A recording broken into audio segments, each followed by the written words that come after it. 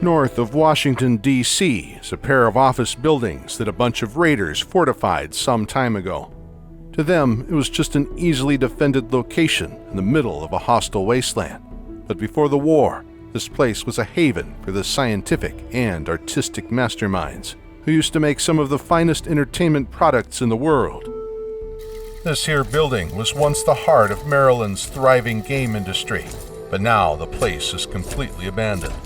Hello there, friend. Gah, what the? Who the hell are you? My name is Bob Howard, the CEO of Bethesda Entertainment.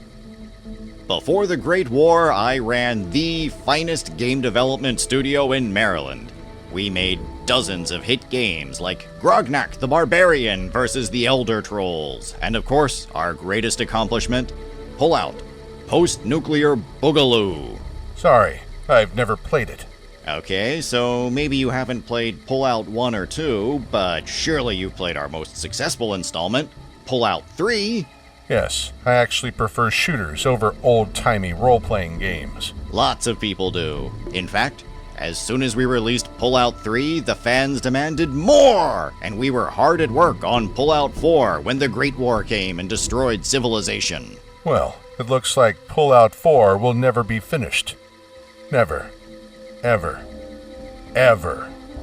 Oh, but it is still being made. Sure, production has been a little slow since the development team turned into ghouls and went feral.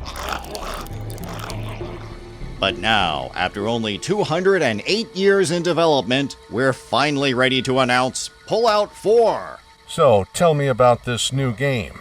I'm afraid I can't do that just yet. We're saving our biggest announcements for the Enclave Entertainment Extravaganza, or E3 as we call it. Everything you need to know about Pullout 4 will be revealed at E3. But that is a news story for another day. Every time someone around here says that, it takes a week for them to get to the point. How about you just tell me about Pullout 4 right now? Sorry, no can do. Okay, how about a release date for the game? Okay, I'll tell you the release date of Pullout 4, but you have to keep it quiet. The release date is... Edna, what did you do that for? Well, I guess we'll never know the release date for Pullout 4.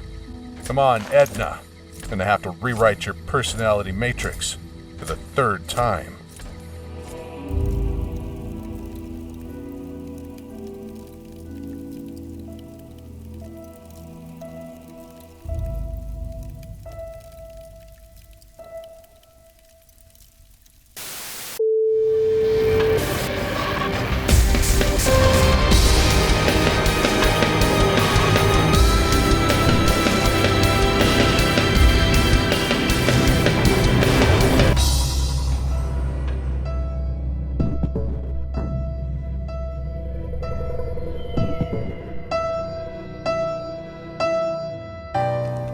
Welcome to GNN, a weekly Fallout-centered podcast brought to you by Shoddycast, the makers of the Fallout lore Storyteller web series. I'm your host, Charles Battersby, and with me is Austin Horrigan. Hello, everyone.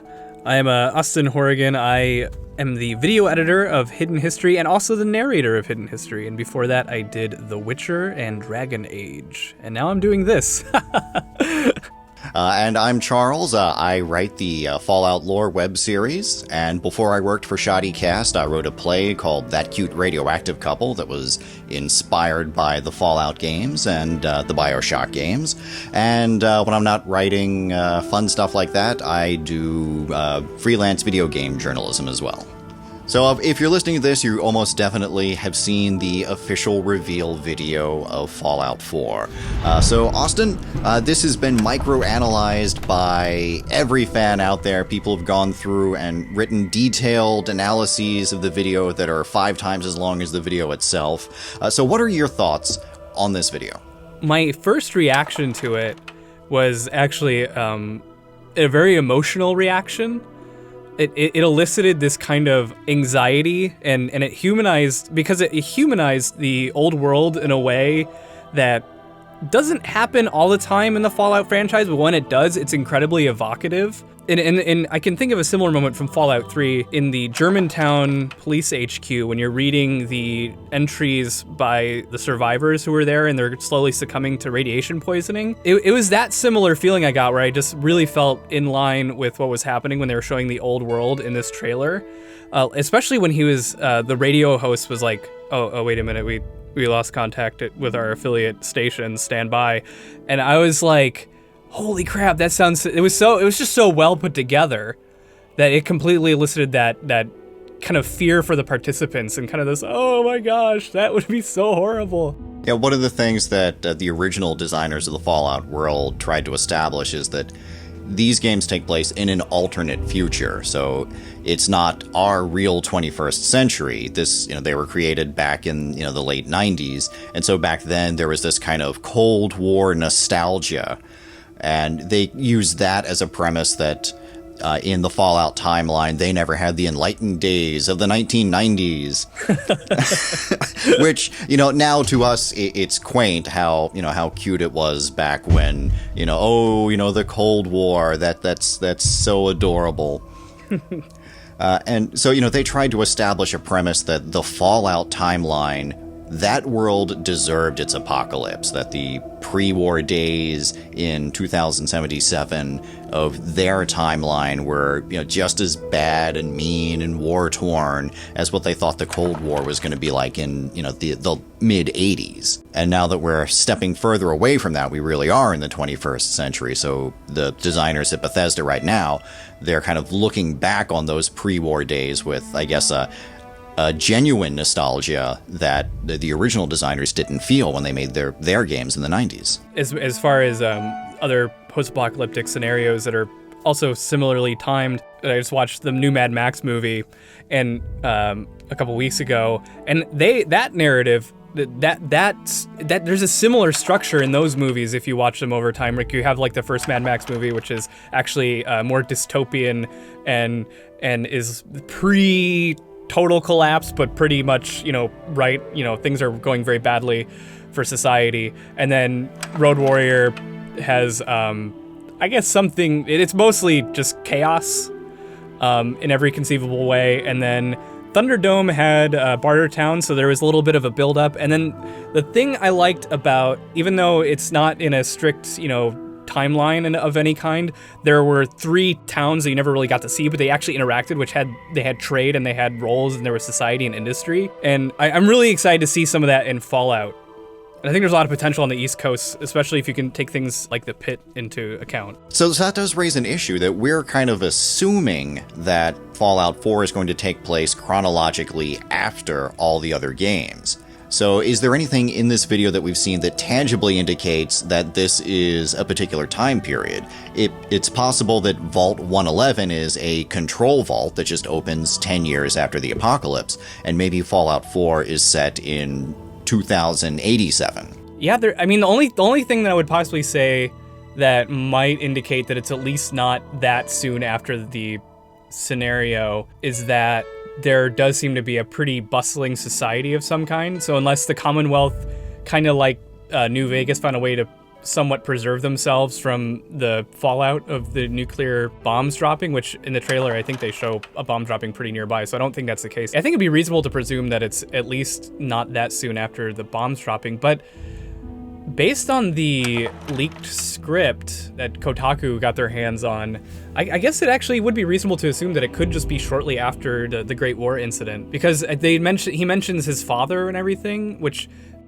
and his father being a U.S. Army person, I believe. All right, so that's something that Fallout fans should debate and analyze and overanalyze every second of this to try to find out what the actual time period might be.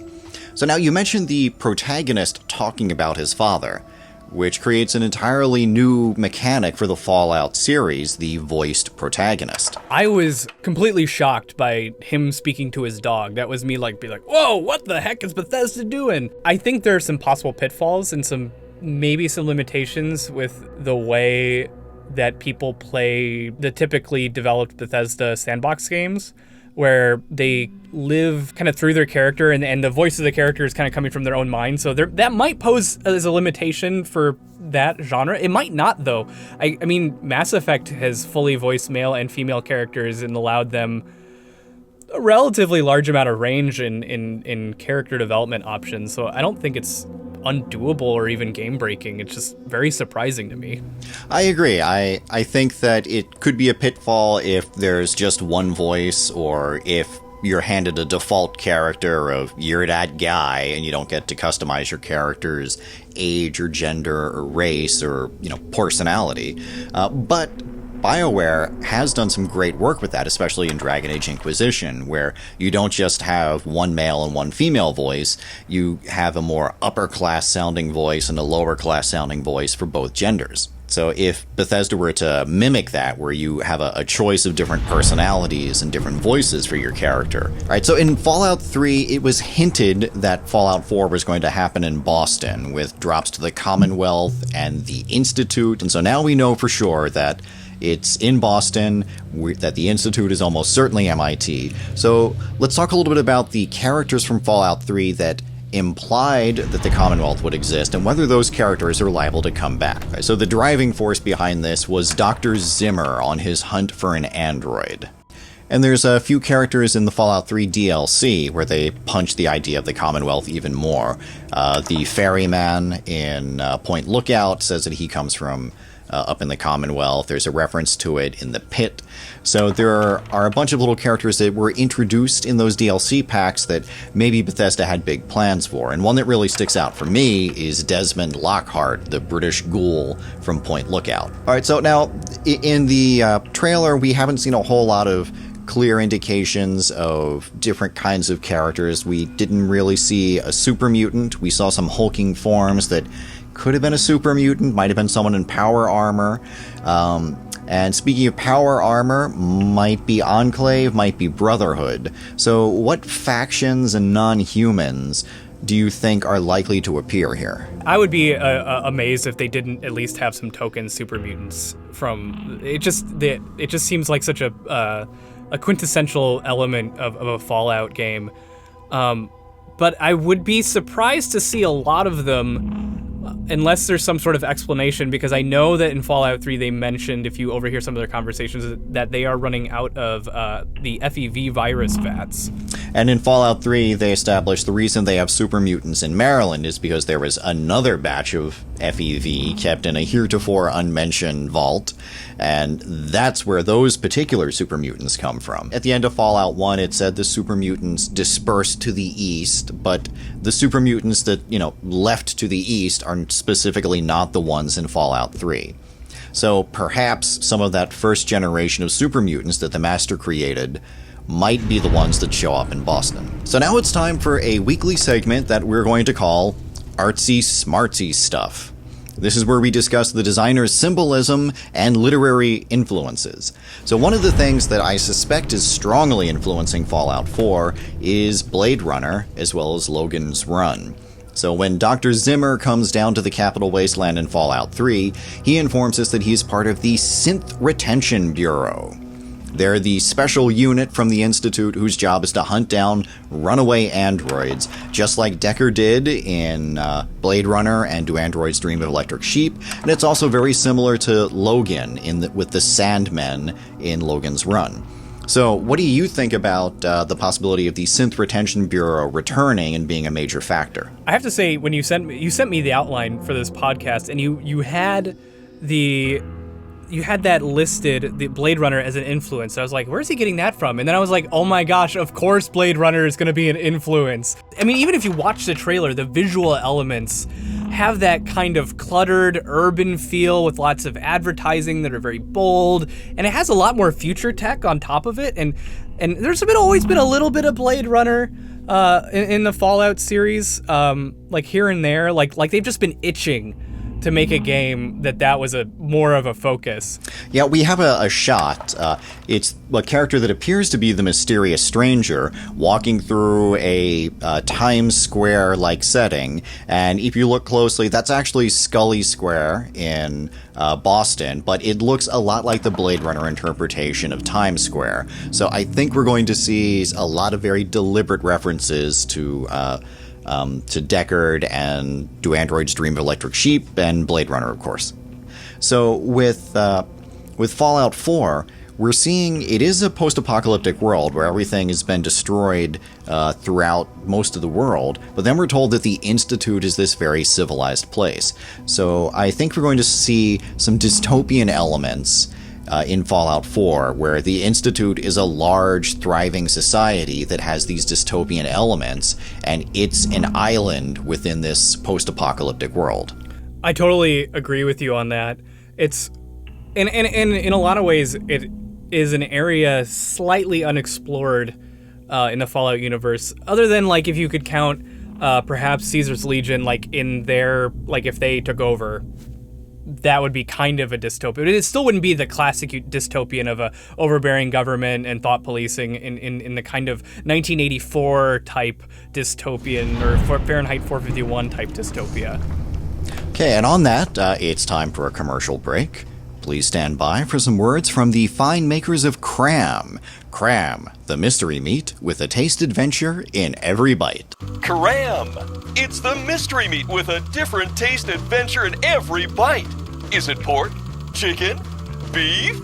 You never know with Cram. Cram is made with parts of real animals just like the ones you see on farms. And it's processed with advanced meat recovery methods only possible with state-of-the-art slaughtertrons. It's good enough for our boys on the front line, so it must be good enough for your kids at home. Every box contains 20 grams of protein and a free Captain Cosmos decoder ring. Cram! Cram some down your gullet today.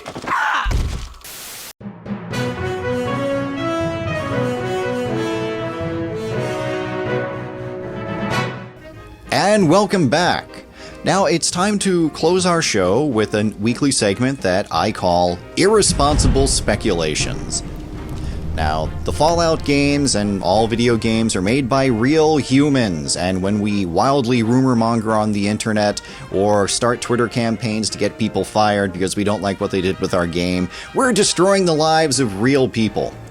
Chris Avellone left Obsidian for no real reason that we know of. And that's it. That's all we get to know. He left.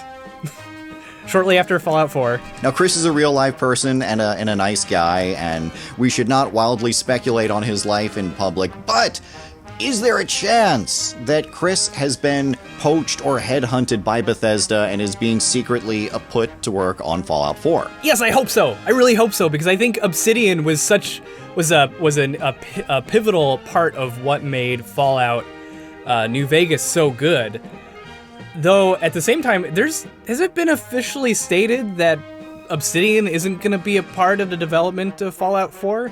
A lot of people seem to think that it's not. There's been no official statement from them, and they are working on several other games right now. So if they are working on Fallout 4, it's been a big, huge secret. And also some other pivotal people who worked on previous Fallout games are still at Obsidian as far as it's been publicly revealed as of this recording.